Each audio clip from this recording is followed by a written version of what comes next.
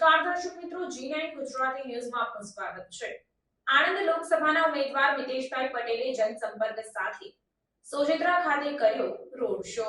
આણંદ લોકસભાના ઉમેદવાર મિતેશભાઈ પટેલનો જનસંપર્ક કાર્યક્રમ સોજિત્રા ખાતે રોડ શો તેની સાથે લોકસંપર્ક સાથે પ્રચાર કરવામાં આવ્યો, જેમાં ખૂબ મોટી સંખ્યામાં વેપારી મિત્રો અને સોજિત્રાના મતદાતાઓએ તેઓનું ભવ્ય સ્વાગત કર્યું। સોજિત્રાના ધારાસભ્ય વિપુલભાઈ પટેલે જણાવ્યું કે દેશના વિકાસ અને નિર્માણની થશે બહુમત વિજય। ખાસ કરીને વાત કરી તો લોકસભા મત વિસ્તારમાં ખૂબ મોટી સંખ્યામાં કાર્યકર્તાઓ જોડાયા હતા, તેમજ લોકસભા ઉમેદવાર મિતેશભાઈ પટેલ દ્વારા સોજિત્રાના ધારાસભ્ય વિપુલભાઈને સાથે ભવ્ય લોકસંપર્ક કરી અને ધાર્મિક મંદિર પર આશીર્વાદ લેવામાં આવ્યા હતા।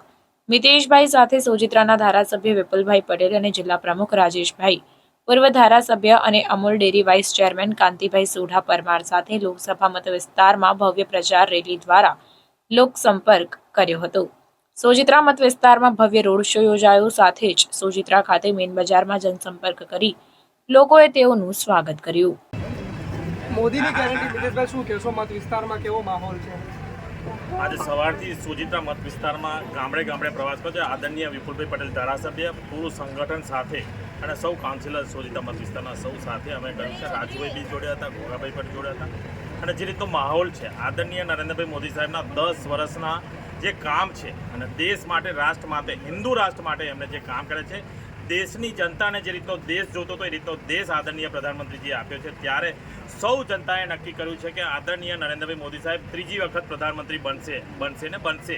અને મોદીજીની ગેરંટી કે અત્યાર સુધી મોદી સાહેબે જે કહ્યું છે એ પ્રમાણેનું સૌ કામ કર્યું છે। દેશની જનતાને જે પ્રમાણે એમને વચનો આપ્યા હતા, બધા જ વચનો પૂર્ણ કર્યા છે, અને હજુ પણ જે વચન આપશે એ બધા આવતા વર્ષોમાં પૂર્ણ કરશે। દેશની જનતાને એટલું કહીશ કે 7 મેના રોજ આપણે મતદાન કરીએ। આદરણીય નરેન્દ્રભાઈ મોદી સાહેબ જ્યારે ત્રીજી વખત પ્રધાનમંત્રી બનવા જઈ રહ્યા છે અને દેશ સુરક્ષિત રાખી રહ્યા છે, આવતા વર્ષોમાં હજુ પણ ઘણા નિર્ણાયકો બંને સદનમાં, લોકસભા અને રાજ્યસભામાં લેવાના છે, અને દેશના હિતમાં, રાષ્ટ્રના હિતમાં જ્યારે લેવા જઈ રહ્યા છે, ત્યારે આપણે 400થી વધુ સીટ જ્યારે પ્રધાનમંત્રીજી કહેતા હોય એની પાછળનું કોઈ કારણ હશે, તો આપણે બધા જ ભેગા થઈ ગુજરાતની 26 સીટમાંથી એક સીટ તો આપણે બિનહરીફ જીતી ગયા છે। 25 સીટ 5 લાખથી વધુ વોટોથી જીતીએ એટલા માટેના પ્રયત્ન કરીએ, અને મને પૂરો વિશ્વાસ છે આણંદની સૌ મતદાતાઓ પર, સૌ વડીલશ્રીઓ, ભાઈઓ બહેનો પર અને મારી માતાઓ પર વિશ્વાસ છે। જે રીતનો આશીર્વાદ એમને મને 1,98,000 મતે 2019માં આપે, તો એ જ રીતે આ વખતે 5 લાખથી વધુ મતોથી જીતાડશે।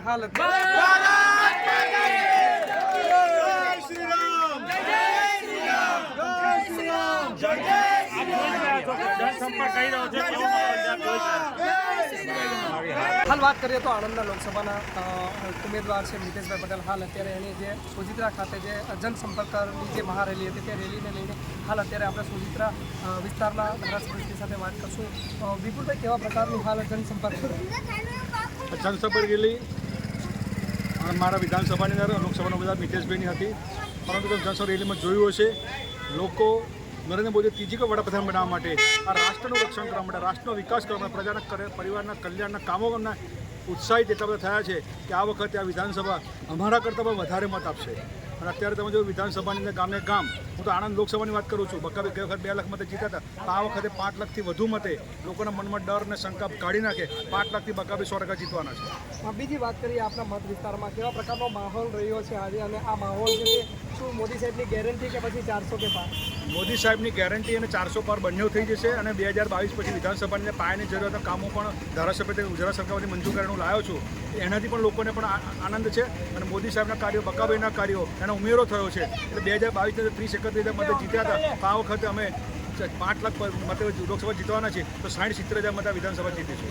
બીજી વાત કરીએ કે કંઈક જગ્યાએ અત્યારે ઘણા બધા જગ્યા પર અત્યારે જે વિરોધ ચાલશે, તે પ્રકારે હાલ અત્યારે આણંદની વાત કરીએ તો આ વિસ્તારમાં કેવા પ્રકારનો?